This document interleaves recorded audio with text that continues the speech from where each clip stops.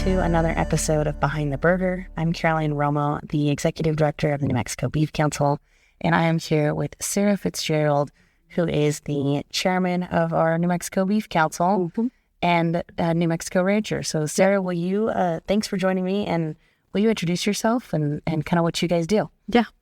Well, my husband, Jimmy, was on a few episodes before, and of course, this will be a contest, so we'll see who wins out on that. But no, we have a little grow yard in Fort Sumner, New Mexico. We also do cow-calf, some custom feeding, and we always joke and say it's, kind of anything to make a buck. We've got some Airbnbs, a little bit of everything. So, yeah. And you guys, tell me kind of about your background. You grew up in the area, right? I did. My husband's from Texas, and I don't hold that against him. But my family, actually, they immigrated from Italy in the first part of the, 1900s, that time frame. Worked in the coal mines in southern Colorado. There's a little town called Morley, not far from Trinidad. It was a company town, and they grew up there. They tried to go to Fort Sumner and ended up kind of going broke and went back to the coal mines and finally decided, this isn't the way that we want to raise our family. This isn't what I want my sons, to grow up in. And so they were like, okay, we're, they picked themselves up by their bootstraps and went for round 2 in Fort Sumner. And in one way or another, we've kind of been there, ever since then. So that's a long history in the small town, which makes for a lot of great memories and a lot of great connection to the community, right? Yes, very much so. We've feed store owners, farming, ranching, a little bit of everything, and just part of an overall community. Yeah, absolutely. I think. Can you tell us about Fort Sumner? Yeah. I know we've had these conversations a lot, but tell us about Fort Sumner, right? And if you're a listener and you haven't been, it's a very charming community. It really is. It's one of the biggest counties in New Mexico, but I think there's maybe 1,400 people in the whole county. When Fort Sumner is the county seat and pretty much the only place with a school and that sort of thing. But if you like history, Wild West, Billy the Kid, Fort Sumner was kind of one of the big towns, with that Lincoln County Wars, which actually kind of tying it into cattle, they were different kind of factions were competing for the beef contracts for the forts in the area. And, it was big money going on. And so that's why Billy the Kid was kind of fighting on one side and the other. He was shot in Fort Sumner and buried there. And growing up, we could wash dishes and see his grave. So kind of a cool place, a lot of history and ranching. Beef production has always kind of been a part of that. Some sheep and then, farming too. But yeah. Absolutely, and I think with that history and the cows, isn't it part of the Goodnight Loving Trail too? Yeah. So the Goodnight Loving Trail was actually created to bring beef to Fort Sumner. Okay. Yeah. So if you're a Lonesome Dove fan, whenever he is finally succumbs to his injuries and is buried, and then brought back, he was. Truthfully was buried in Fort Sumner. So yeah, there's a lot of fun, historical things with kind of the Wild West and ranching that ties into Fort Sumner. So absolutely, I always try and tell people New Mexico truly is the Wild West. No, it is. Yeah, everything of the fun, stories, the lore, and then the history. A lot of it happened there. And then in our travels as the New Mexico Beef Council, I'm pretty sure we went to a producer meeting in Gladstone, which is also on the Goodnight Loving Trail. Yeah. And then I wanted to say La Posta and Mesilla was maybe on the Goodnight Loving Trail, right? It was a stagecoach stop. It was a stagecoach stop, yeah. Yeah, and now it's turned into a restaurant. So it's an important part of New Mexico's history. Yeah, definitely. Well, tell me about your operation a little bit more. You guys, you farm and you ranch. But yeah, tell me about your ranching. So we have, a history in Fort Sumner, family history, but Jimmy and I are actually kind of first-time ranchers. We've bought into everything we have and built it, which causes, some heartache. But anything worth having is worth working for, too. But yeah, we raise alfalfa and corn in the Pecos River Valley, which it's a really neat, I think it's a little spot of heaven because you kind of, with New Mexico, there's such a differing topography, weather patterns, land masses, that sort of thing. But there's just this little valley that is flood irrigated by the Pecos River, and it is green and lush, and it's a neat little area. So we farm there, and we also have a little grow yard. We initially created it. It's a very efficient way for us to wean our calves. Nothing is really close in New Mexico, or at least, in our part of the world. So, our ranches are like an hour and a half, 45 minutes away. And so we're able to kind of keep eyes on them. And then we also, do cow-calf operations, some stalkers, depending on cattle or the price of calves that year. So, yeah. When you talk about a grow yard, oh yeah, and there's differences, right? So we have ranching, and we have different types of ranching, and then you have grow yards and feed yards. Can you kind of explain a grow yard? I could try, but I know. Well, and I mean, you could say it's a feed yard, but my husband Jimmy is always like, it's not that big, so we call it a grow yard. But it's a more efficient way for us to feed. But you kind of think of a feedlot as, or grow yard, or, whatever you want to call it, as just part of the life cycle of whether it be the animal or the life cycle in kind of the feeding cycle there.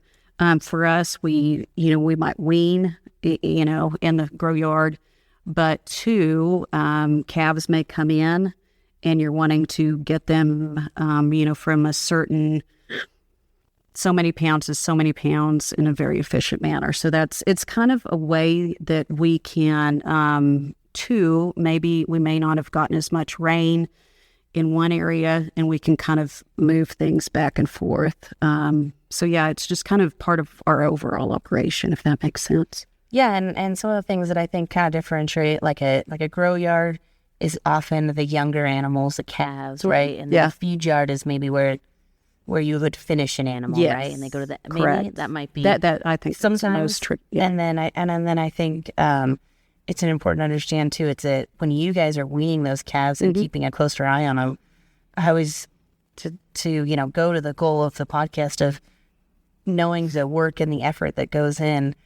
When there's calves in the grow yard, Sarah can't leave town. Oh right? yeah, Jimmy can't leave town. It's not happening. You hear the calves bawling in the background of every phone call. Yeah, because it's a place where you're keeping track of maybe they would have been high maintenance on a ranch, right? So now they're closer together. You can keep them safe and get them growing and right in a controlled environment. Yeah, and a misconception I think about whether it be a grow yard or feed yard is maybe level of care, and then also like, we're certified natural, source verified, all these things. And so all of our feed labels are audited. And so there's a lot of different types of ways to, feed beef, if that makes sense. Yeah, absolutely. And the level of care is extremely high. Yes, very much so. Well, and I think that kind of is a good segue into what is your role in the operation? Yeah. What are some of the things you have to do on a day-to-day basis? Yeah. So I'm not reading anything, so I don't have readers, but I sit behind a computer every day. So hence the need for the readers. When Jimmy and I first started, we just ran, a few pairs, maybe a bull or two. And then whenever we're like, okay, this is going to be our full-time, gig, we got to the point where we had to be a lot more deliberate about our numbers. I actually have a background in marketing and PR, which I enjoy, using some of that with the Beef Council. But I went back and took accounting classes, and we pay attention to profit and loss statements, budget versus actuals, that sort of thing. And then also with our operation, we also have a truck and that we run mainly our hay, but then also as far as if we sell calves, we may use that instead of contracting out, take care of all of that compliance items, and then billing, and then also with our IMI, certifications. So I handle all those audits too. So it's not as romantic, as being horseback, but it's a very important part of our operation. And even Jimmy, he's outside more, but there's just a lot of pieces that you have to do that you may not want to do, but we just tell our kids, but you still have to do it. So yeah. Yeah, absolutely. I think it's really neat how you've even taught us. I work a job behind a computer. That's my full-time job, and you know more about accounting and stuff than I'll ever know. And I think it's just a interesting part of ranching that you are a rancher and you have to sit in an office all the time, right? Yeah. And that doesn't make you any less of a rancher. Some days it probably makes you more of a rancher because you've helped the business continue. But I always think that's interesting. And two, with ranching, I think another misconception is just how savvy ranchers are, how savvy beef producers are. Because if you're not, if you may not end up, it's just you have to pay attention to your P's and Q's, if that makes sense. So absolutely, the margins are so thin, that you have to be careful and paying attention. So even though you are, working in an office, can we talk about the land and how the environment impacts how you guys ranch? Yeah, most definitely. At least in our part of Mexico, and I think as a whole, ranchers are stewards of the land anyway, but taking into account rainfall, maybe, I don't know what the right term was, topography, mountain ranges or hills, whatever, we have to be a lot more particular on how we utilize our land. We rotational graze, not necessarily, I don't know if prescribe's the right word, but we'll pay attention to, okay, we may need to rotate 2 weeks earlier here or there, but that's something that we definitely, take into account. We're pretty traditional as far as everything's done horseback, of course, feed trucks and that sort of thing. But, some places that you have to be, it's easier to be horseback than otherwise. So, absolutely. So just at the very base of ranching in New Mexico, I was explaining to someone recently, and I didn't realize how, simple of an idea it might be, but how unknown of a thing it is. So when you're ranching in New Mexico, you are waiting for native grasses and natural rainfall to grow in order to feed those cattle. And so that goes back to why you have the grow yard, to have more predictability in certain times. But I think that's just an important background. At the very basis of it, a rancher is hoping for rain so that native grasses can come. And when you do rotational grazing, that means, there was less rain here, so those that's that 2 weeks early, right? Or anything like that. And I just wanted to say that because just at its simplicity, it's natural rainfall and native grasses, and it's not like you're running out on horseback throwing seeds out hoping necessarily, right? Yeah, it's hoping that you've cared for the land enough and rested the land enough for grass to come again the next year. Yeah, and to the sheer monster scale, but as far as stocking rates in New Mexico, you're depending on natural tendencies and characteristics of your land. At least in our area, there's a lot more warm weather grasses than cool weather, and so that's something that we'll take into account. It helps as far as hay that we may not sell to dairy or other ranches, that sort of thing, that allows us maybe an avenue. We'll feed it, out on the ranch or that sort of thing if we can't sell it for a premium otherwise. So what is something you are looking for to know when you can move on to the next pasture? Certain things, like we really don't want much trampling, around waters, that sort of thing. We'll pay attention to that. Sometimes, quite frankly, as far as on cow patties, certain characteristics with that. But two, based upon, say, the time of the year, there are certain grasses that we, notice they may be a little lower than they need to be, that sort of thing. There may be, and I've been to, regenerative grazing classes and courses and that sort of thing. And it's great, but at least for our operation, it's more of a hands-on than, a formula, if that makes sense.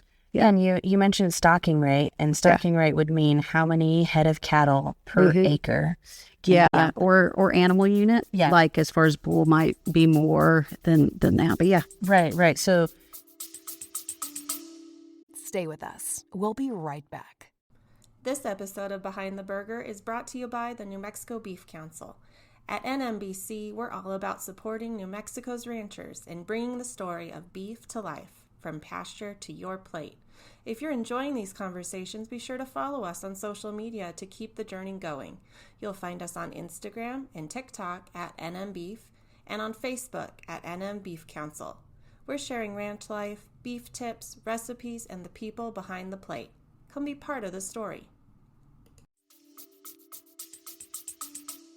So in New Mexico, I think I heard Dr. Wenzel say recently that it was like 50 and upwards of 70 acres per animal unit in New Mexico. And exactly. Then where it's really dry, it might be 100 acres. And that's, the comparisons to, if you go in the Midwest, they might have, they almost have multiple animals in 1 acre, right? Because their grass is so lush and the humidity and the rain and all of that. So because New Mexico is so dry and arid and all the things that we are, that stocking rate. So you have to have, if you want to have 50 animals, which I'm not going to be able to do that math while we're on the podcast, I'm going to get embarrassed. But if you have one animal for 50 acres, so you have to buy 50 acres to have one animal. Yeah. Just imagine if you want to buy 50, right? Exactly. Or have the opportunity to. So yeah, that's a really important part of New Mexico's landscape. What would you say is one of the biggest challenges you face in your ranch? For us, I say starting out, we're purchased or built everything that we have, is just the sheer cost of all of your input, especially nowadays with the way, beef prices, cattle prices are. I've heard a lot of comments on social media about all those rich ranchers, and that's not it's not the case, because your input costs are so high that you really have to pay attention to that and make sure that, okay, yes, did I really make this amount? Because all of the cost that it took, to get to that point. Yeah, absolutely. We talked about it a long time in the last podcast about, everything costs more money nowadays. Yeah. Everything. The feed truck costs more money.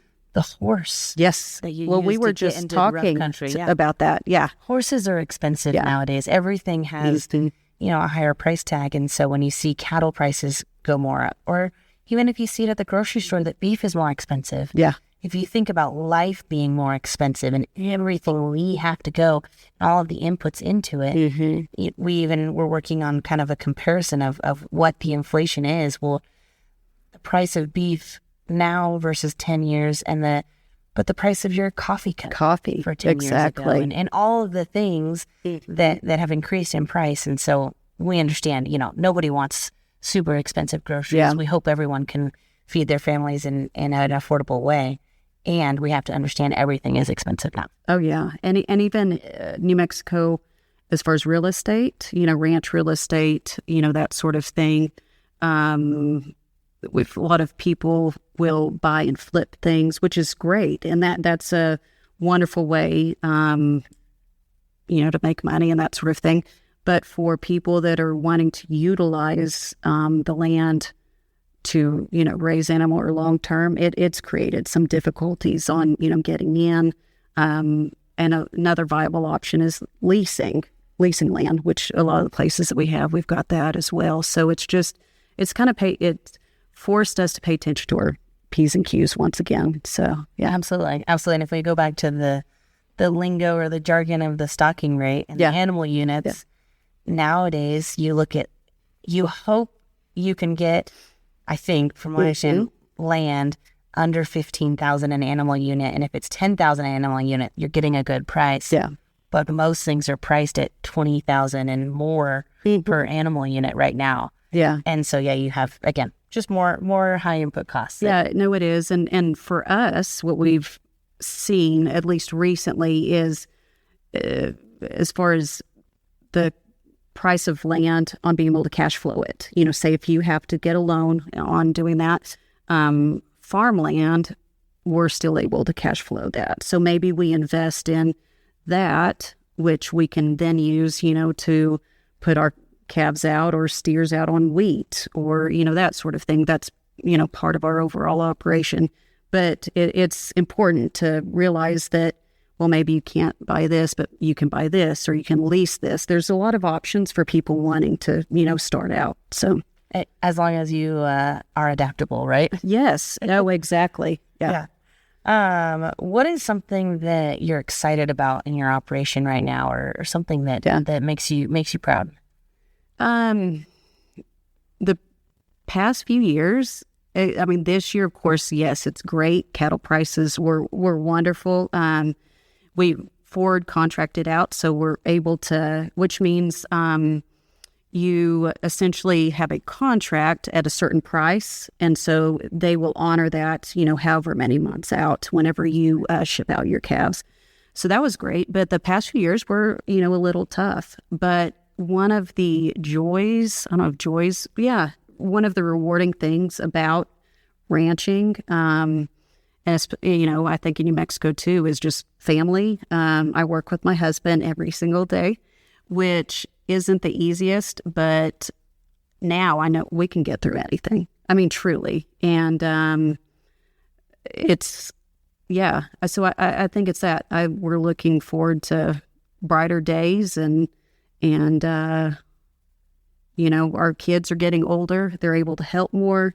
So I think one of the things I'm most excited about is just growth and including our little, cowboy and cowgirl that help out on the daily. So yeah. That's definitely something to be proud of. Yeah. Yeah, absolutely.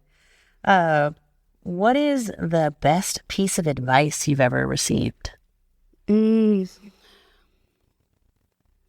trying to think. My dad was very particular about his books.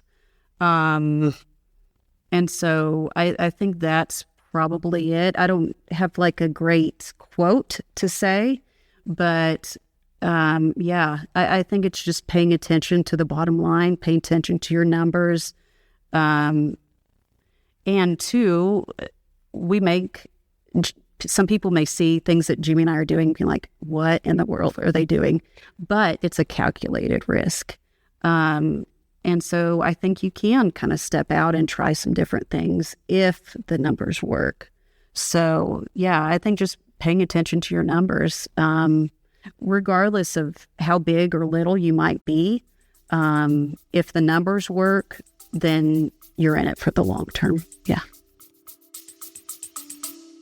Stay with us. We'll be right back. Dion's took the best parts of a green chili bacon cheeseburger and made them a pizza. Savory beef, hatch green chili, crispy bacon, and melty cheese, all on a handcrafted crust. It's bold, it's beefy, it's a pizza worth sharing. Try it today at any Dion's location. That's great advice, right? And obviously something that you learned well, right? Yeah, because that's something you guys work on really hard. Can you give an example of how you care for your cattle to ensure their health and well-being? Maybe an example, something different than we've already talked about. Yeah, we don't really take vacations.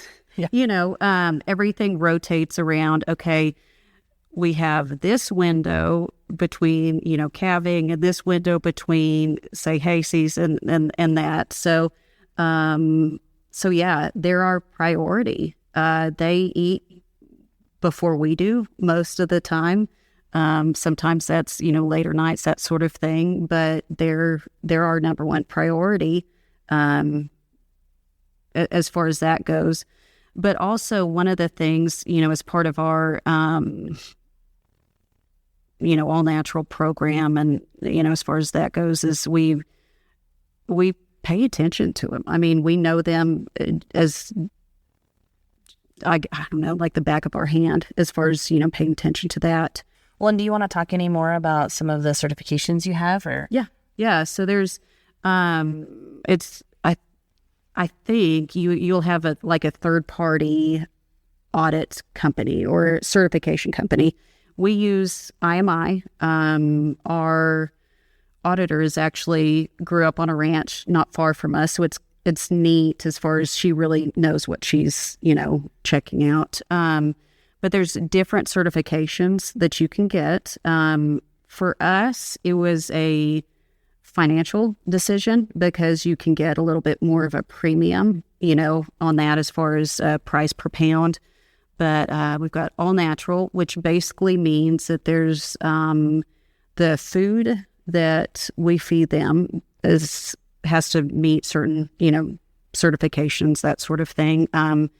And then also they will receive, vaccinations. But anytime, say, that they were sick, of course, I'm a mom. When my child is sick, I give it medicine, I mean, of course, why would I not do that? Right. But when you do that, it'll kick it out to a more traditional route. And so what we do is we'll usually contract out calves that are, I say traditional or, more traditional, and then we'll have our all natural for that. And one thing that's pretty interesting is source verified. So, it's an EID tag for people that don't know, kind of like almost like a barcode reader. And so essentially what that does is it guarantees that kind of where it's been from point A to point B for that. So, well, and the EID, I think it stands for just electronic identification, right? Yeah. And those are now mandatory nationwide, but you were doing that prior? Prior, yeah. As far as a, just it for us, like I said, it was a financial decision on that. But yeah, I think we've been doing it about, this may be our fourth year, I think. Yeah. And they just recently implemented it that if an animal moves across state lines, they have to have that so that they can know where they came from. And that's, I think, an attempt to understand when outbreaks happen, when disease happens, things like that, right? For that. But I'm not as familiar with that. We'd have to ask the livestock board and cattle growers more about that if we go too far into it. What is your favorite part of your job? No 2 days are ever the same. I think for us, we're married to our operation, but it allows us some flexibility. There's always something new to learn. We're always, I would love to say that we don't talk shop at night, but we do. So we kind of, sleep, eat, and breathe all of that. So, yeah. Is there anything else that you would want someone, especially if it was a consumer, all they know is they get their beef at the grocery store? What do you hope they learn about ranching or hope they know about the beef industry? Yeah, I don't know. I'm almost thinking that, is it in the U.S. like 95% of the operations are family owned? Yeah, or maybe even higher. Yeah. Yeah, and so and actually the as far as size of herds, that sort of thing is a lot smaller than what people think. So whenever you're choosing to purchase, beef, there's a story, behind it. in a family that has benefited from it. At least in our operation, there's a little boy and little girl that learned some life lessons in raising raising your beef. So and two, I want people to know that it's safe. Yes, we do retain, some beefs to process ourselves, but especially when I don't have time to defrost something or don't want to mess with it, I buy my beef the same place that y'all would, and I feed it to my family. So yeah, there's just a lot of options out there, but to the story behind it, I think is important to know, and that's one of the reasons I appreciate you with a podcast is behind the burger. Okay, this is a story behind what you eat, what you consume, and I think it makes people a little more educated in their food choices. Yeah. Yeah, absolutely. And if you're, curious for the story, or we just hope you're curious for the story, here we are. Yeah. We won't, at least we are putting it out there. Yeah. Well, why do you do what you do? What makes you keep going? I think, Jimmy, and I'm going to say the exact same thing, it's family. We're providing a future for my son and my daughter. And I would hope that they both want to come back home, which is, essentially I came back home. But at the very least, there's life lessons that they learn on the daily that we're providing for them.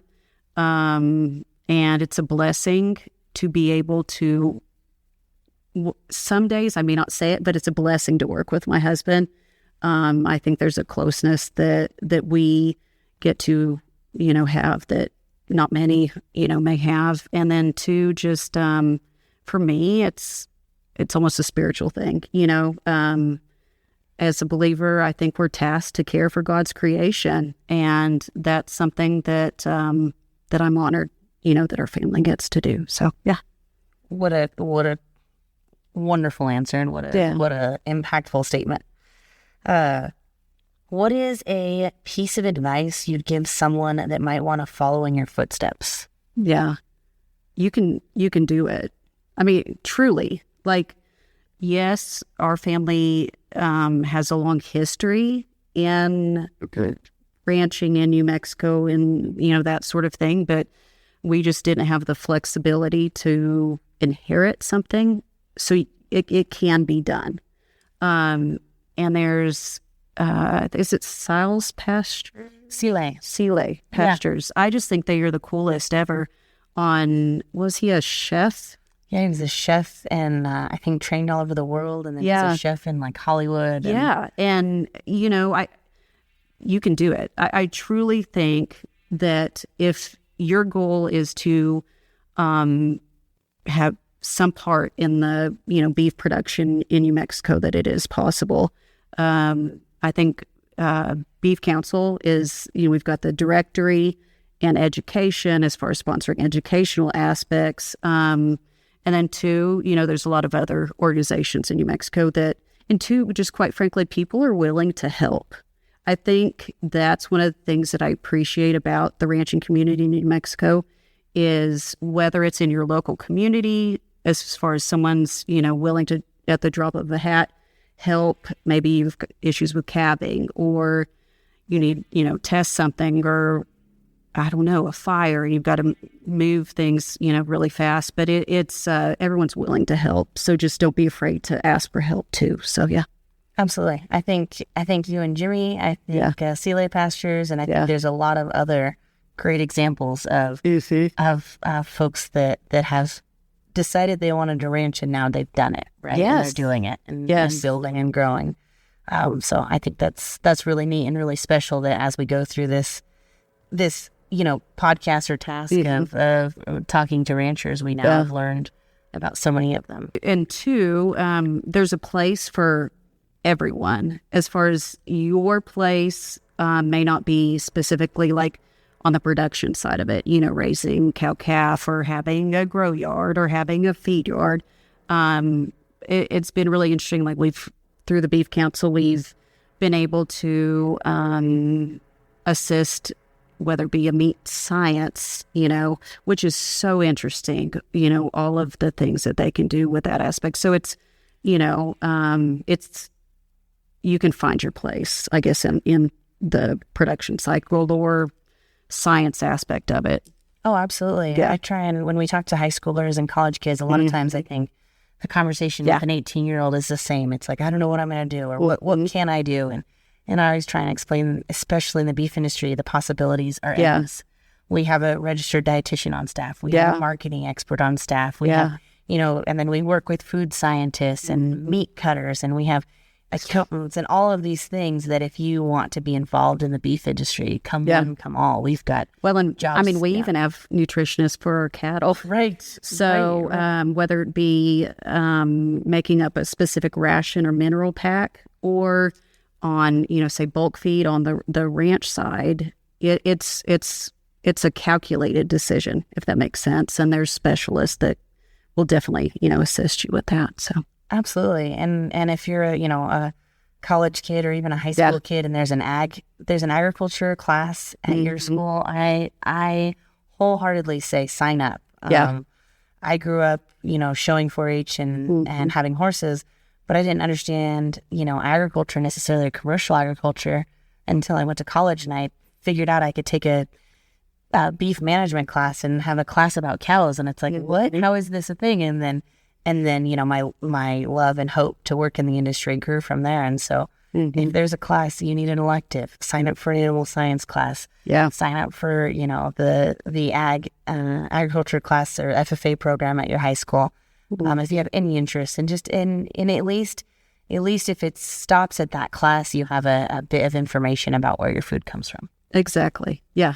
I think with anything, as far as being educated isn't a bad thing, Never. Yeah, and make your decision as far as whether it be what you eat, what you decide to be when you grow up. I still, I'm not sure what my decision is, but at least you're educated, and then you proceed accordingly. So yeah. Yep. Always good to get more information. I like to say this is my favorite question and last question. What is your current? I kind of edited it a little bit. What is your current favorite way to eat beef or favorite recipe? Yeah. So as we're coming up to Christmas, my dad's family is Italian. So we always have homemade spaghetti, meatballs, sauce, that sort of thing for Christmas Eve. And they've done that for, I don't know. Wow. 100 years, whatever. And so that's special. So yes, I love making homemade meatballs.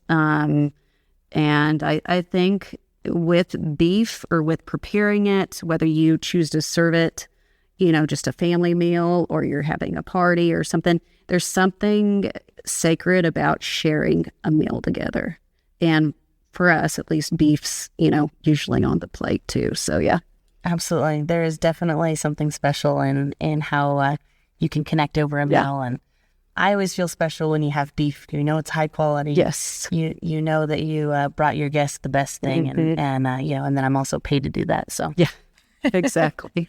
Well, I appreciate your time. Yeah. Thank you for joining the podcast. Thank you for always being willing to tell your story. Yeah.